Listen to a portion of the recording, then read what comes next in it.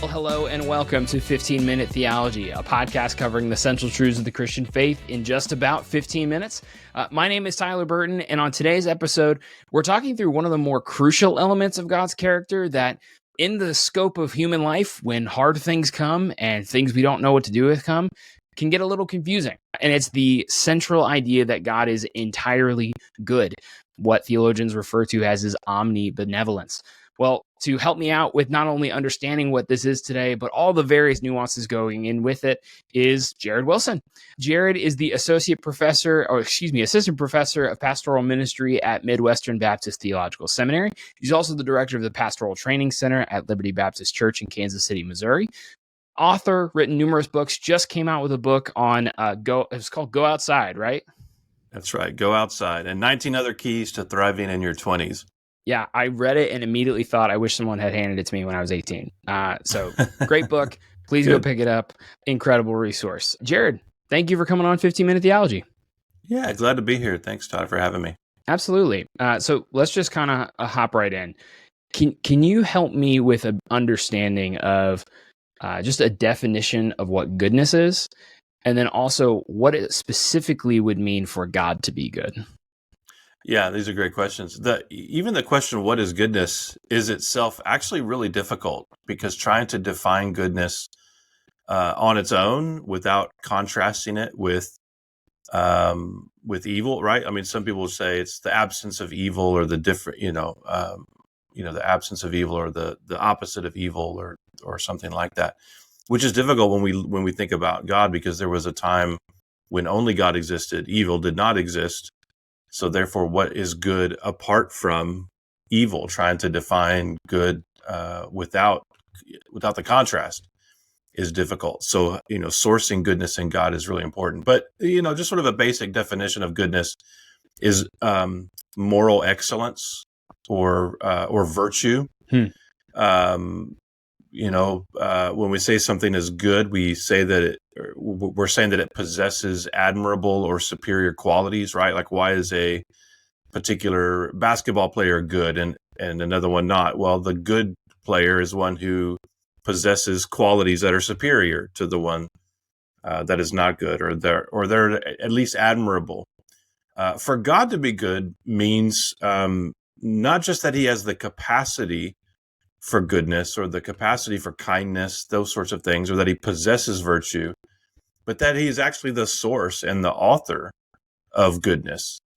He is the perfection of goodness, the origin of goodness, because he is good in his very nature. He doesn't just have good qualities. He is goodness itself. He is good in and of himself. I like how you refer to goodness as not just having something, but being something when it comes to God. He's the source of it entirely. Can you give us just some examples of where we see God's goodness in the scriptures? Yeah. The recurring refrain of God's goodness is really in the Psalms. There's some other places as well that we can look at, but I think it's important to see, particularly in these worship songs, not just the exaltation of God for being good, but also the reminder in certain songs of lament and others, as an anchor, right? So Psalm 34:8, taste and see that the Lord is good. How happy is the person who takes refuge in him. Psalm 100, verse 5, for the Lord is good. Psalm 118:1, give thanks to the Lord. He is good. Psalm 119:68, God is good and he does what is good. Psalm 145:9, the Lord is good to everyone. We could also look in some of the minor prophets and other places as well, where there are these warnings and woes, and but then a return to a source of foundation. So I like Nahum chapter 1, verse 7. The Lord is good, a stronghold in a day of distress. He cares for those who take refuge in him. It's a recurring proclamation in the midst of hurts and struggles, especially, to say, no matter what's going on in my life, the Lord is good. He doesn't just have good. He doesn't just do good. He is himself good. Yeah. Yeah, and it when I think of other descriptions of God in the Old Testament, I'm thinking of Exodus 32, where God appears before Moses, right? The Lord is merciful and gracious, slow to anger, abounding in steadfast love.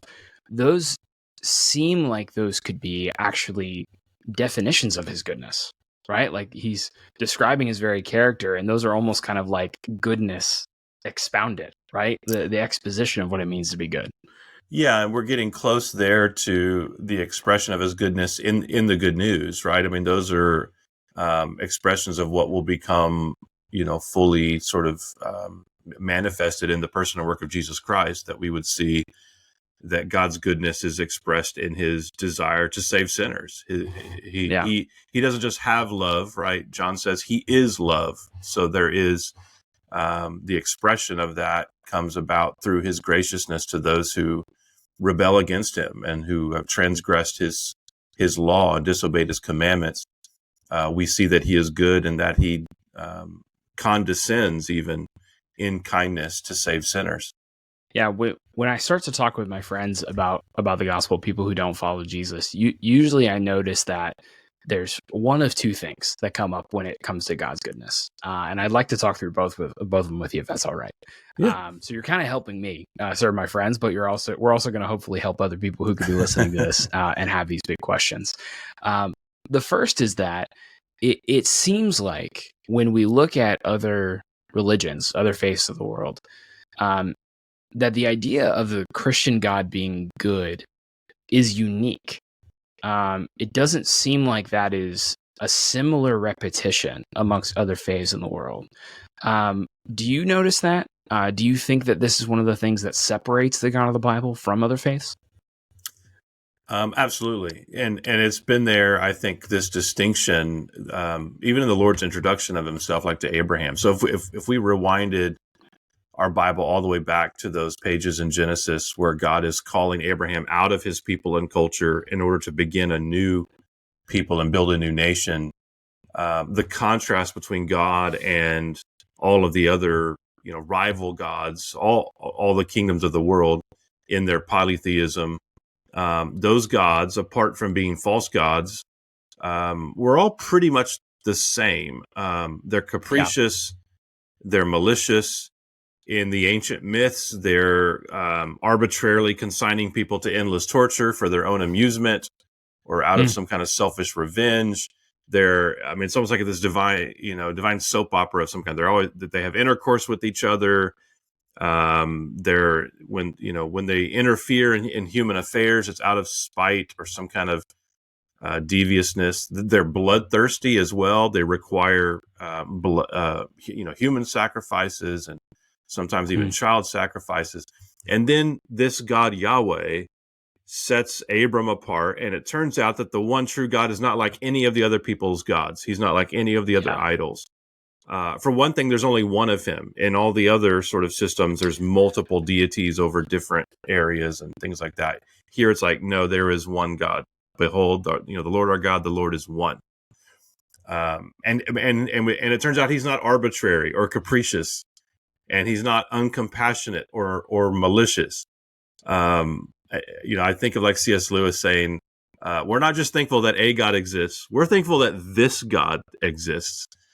The one true God could have been like the God of the myths. And instead we have a God who is patient and kind and compassionate. And certainly he is just and he is holy, and he punishes evildoers and evil doing, which is what we should expect and what we actually innately desire, that wrong would be punished. But he is good. And the reason he punishes evil doing is because he is good. And I think we see that today too, brother, like just among the major religions. I remember having a conversation with a Muslim cab driver once about what happens after you die. And in his view, his God might reward him in a particular way if he lives faithfully, Right.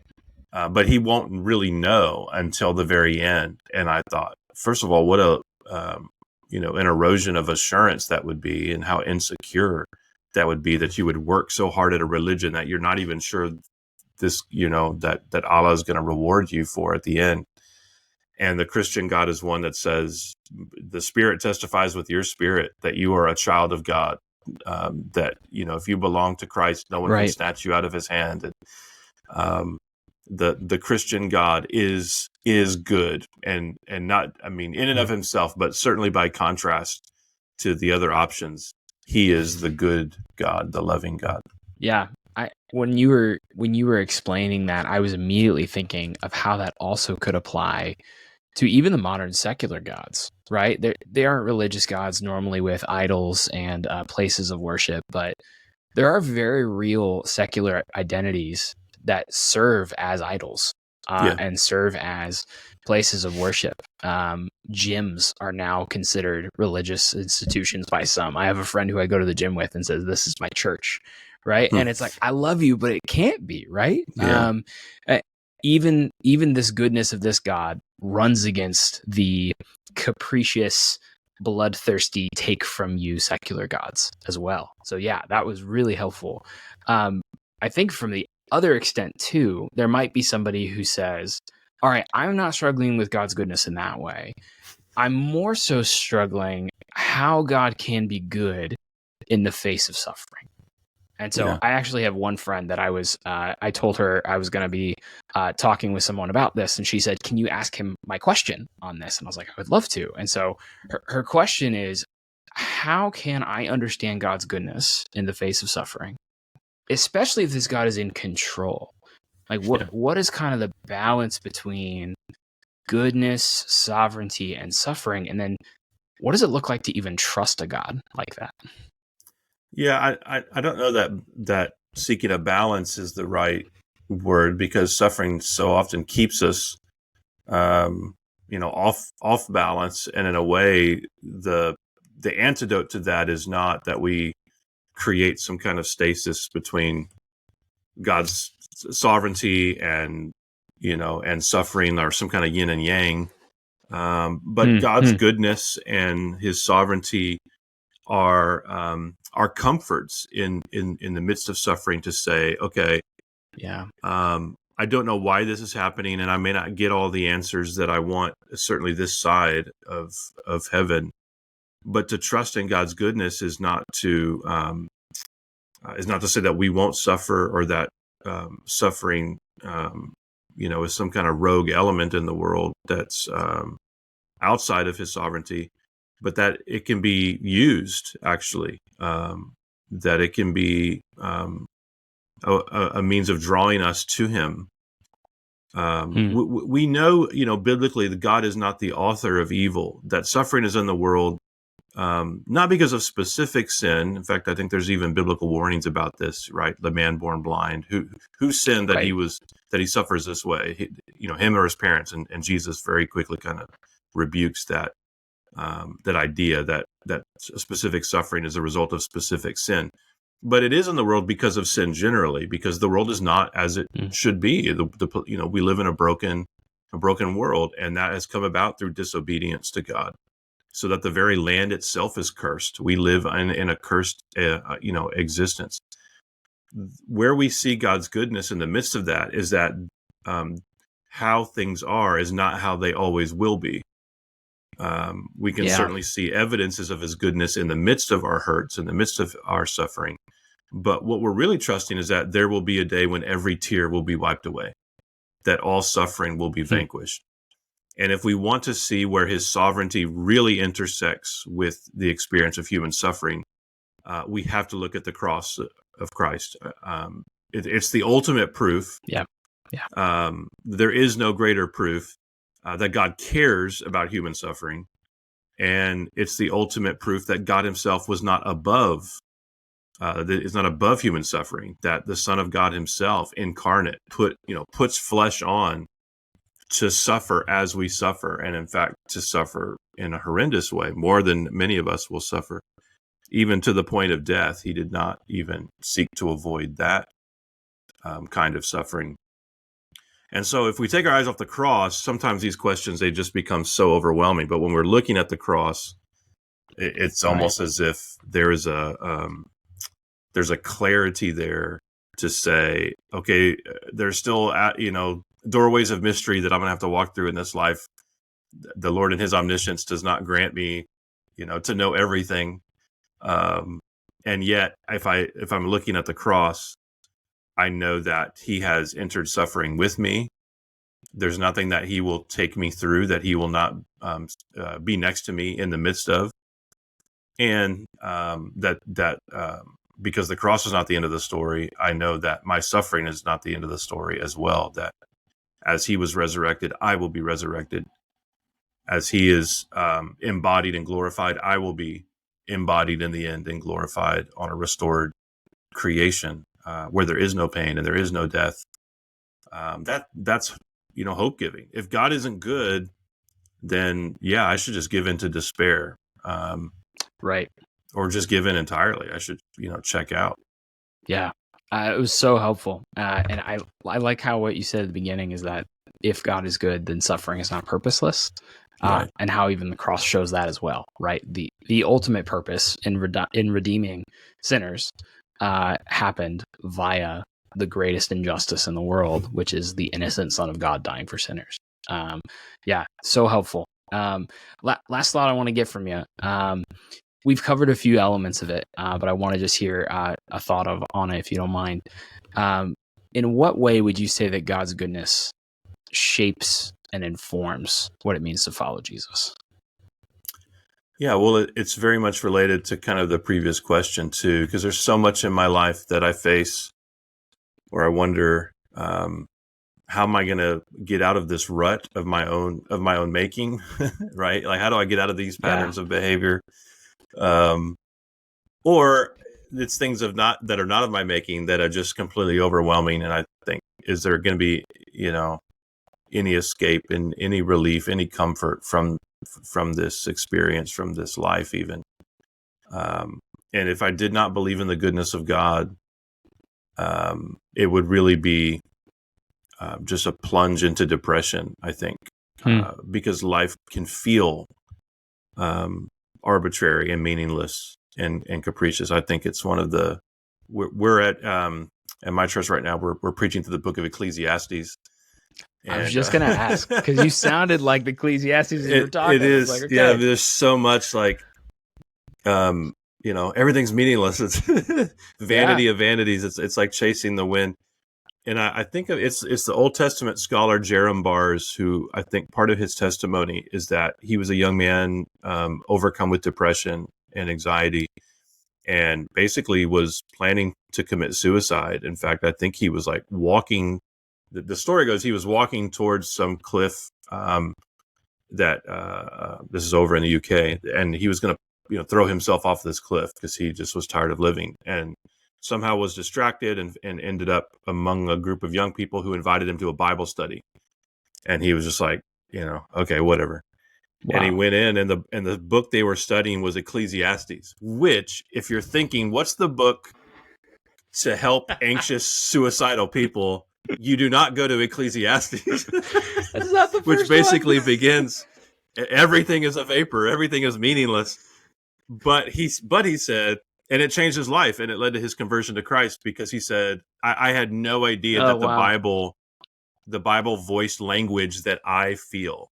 That he said, I'd never heard the Bible say things that I thought and feel things the way that I felt them, and it drew him in such a way. And the thing that the teacher, most of us think is Solomon in that book, kind of looking back at his life as an older man now, that the teacher keeps coming back to is, hey, there are glimpses of God's goodness throughout the quote unquote meaninglessness or the arbitrary toil of life.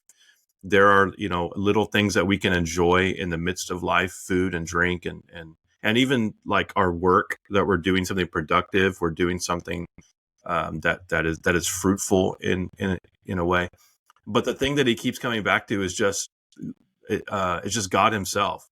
When he takes his eyes off of God, he begins to feel adrift in the midst of this hall of mirrors, but when he looks to God, then he suddenly feels things kind of calibrate and stabilize. It doesn't give him every answer that he may want or need or chase in this moment, but it calms him and comforts him to know there is a good creator who, this isn't in Ecclesiastes, it's in the book of Romans, but we know that he is working all things toward the good of those who love him and who are called according to his purpose. So even if we can't see all of the threads, the classic illustration is the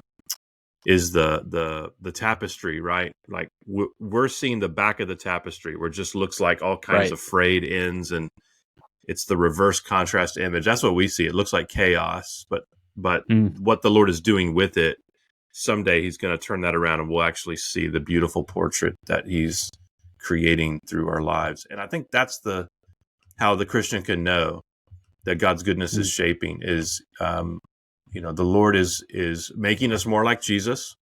That's one thing that suffering does for us, is it conforms us more to the image of Christ.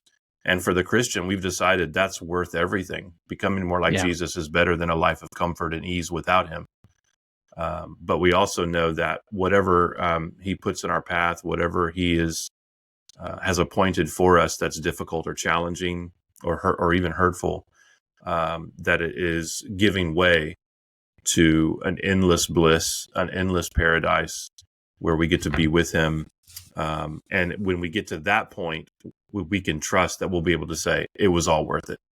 Yeah. It may be hard to see that now, but in the end, we will say it was all worth it. I would do it all again. If it meant getting to this place with God, I would do it again. Man, so helpful. Just makes me think of I think it's Andre Crouch song, Soon and Very Soon. I mean, Maranatha, right? Come Lord Jesus, right? That's incredible. Man, well, Jared, thank you so much for your time. Thank you as well for joining us, and we will see you next time on 15 Minute Theology.